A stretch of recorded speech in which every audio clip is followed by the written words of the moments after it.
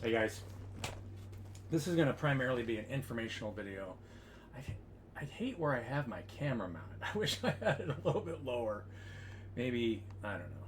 Let me look and see if my settings are right here. Just, yeah, my mic's on. There's a video in front of me. Okay. So, you hear a lot of different information, and, people have a lot of different perspectives on how this place works, the shamanic journey, the spiritual journey, and all that stuff. They always talk about the death of the ego. As long as you live as separate, you'll never kill the ego. Now, living in an egoless world would be the worst place you could possibly imagine. I mean, imagine if everybody just, what do you need?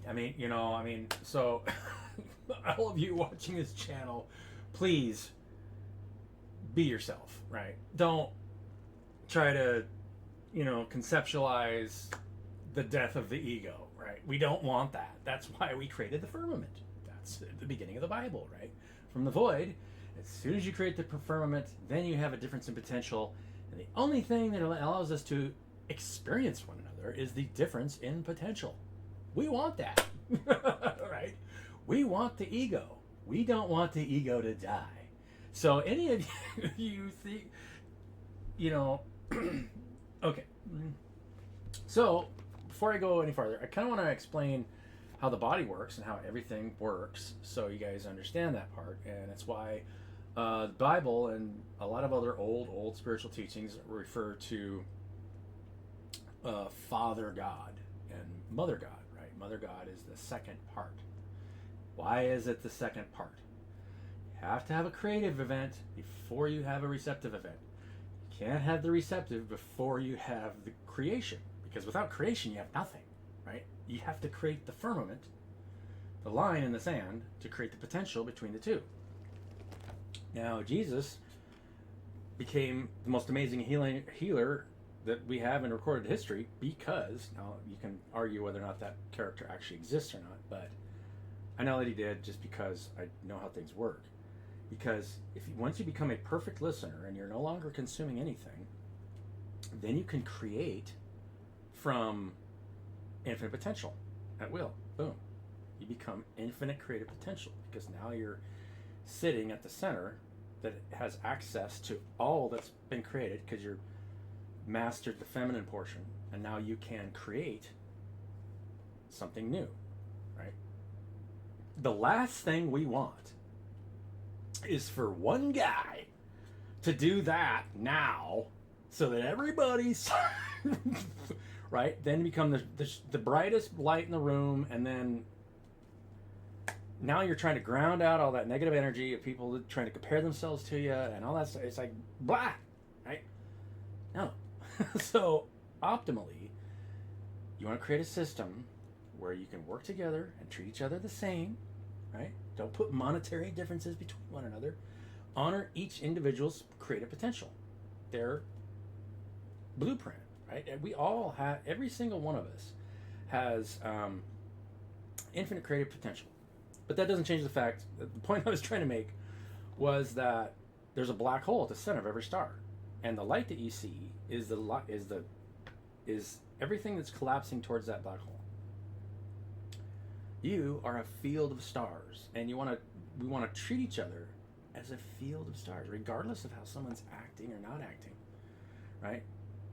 So energy does affect reality, the amount of energy that you put into it, but it also is dependent on structure, or the information that's moving along the energy, the light. You can't have one without the other. Totally impossible.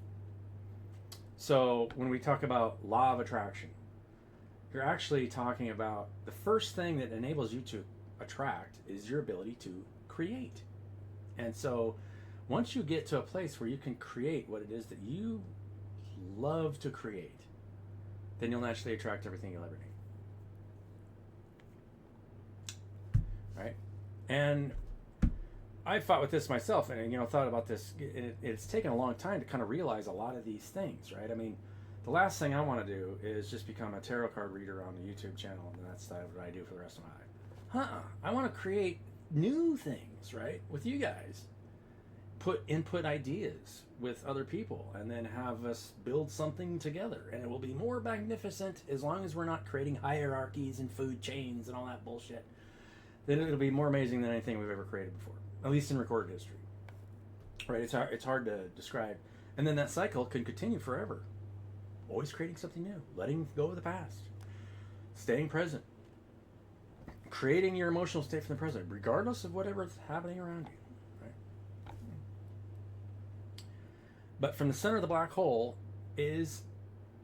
has to be light right at the center. You just can't see it because from our perspective, when you're looking at the center of, let's say we're looking at, when we look at the sun and then the holes open up in the corona, we see a black hole. We don't see the light underneath that because everything's going that direction. We can't see the light coming out. For one thing, it's infinite creative potential. So it's moving into a higher state of reality. The light that's going in out is multidimensional. It's a higher dimensional light. It's a higher frequency, so you just don't see it.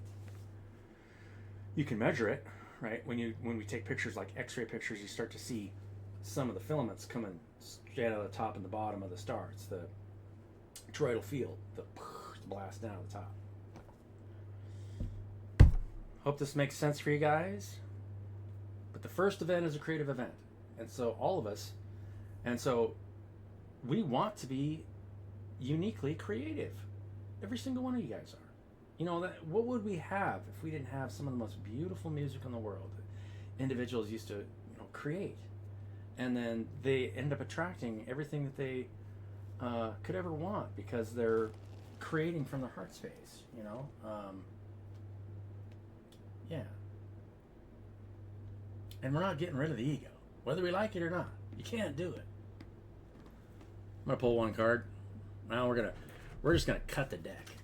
I have no idea what you guys think's gonna happen. I'm gonna go with the Six of Swords. I'm gonna show you. I'm not lying. Oh, three of Pentacles. That's a pretty good one, right? That's working together, building stuff together. There's some schmuck talking, and two other people are listening, and that's usually the way it works, right? If there's three of us, we can't all talk at the same time. So you just can take turns, right? You guys take turns. Don't try and hog the podium, right? I'm not going to hog the podium. I'm going to get off here. I'm going to, with a lot of loving energy, right? So, yeah. We could talk about the subject all day long, about how, the queens in tarot deck represent your receptive energy, and the kings your creative energy, and all of them have the four aspects of your will, mind, emotion, state of being, right? Pentacles, and truth. Truth, and is usually based on perception. But we do create this reality with our emotional states, and it's always bothered me that other people are, and I'm not going to say that I haven't been in the past. I just feels like I've been more immune to it than most.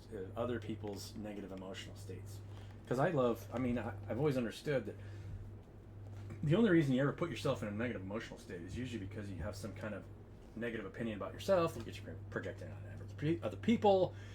And so, it's easy to see where that comes from, and it's easy to empathize because we all grow up in different environments, and people, I've had my own things that I've had to go get through. So anyway, I'm gonna let you guys go. You guys probably already know all this stuff. Thanks for watching my channel. Love you guys, and I'll catch you on the next one.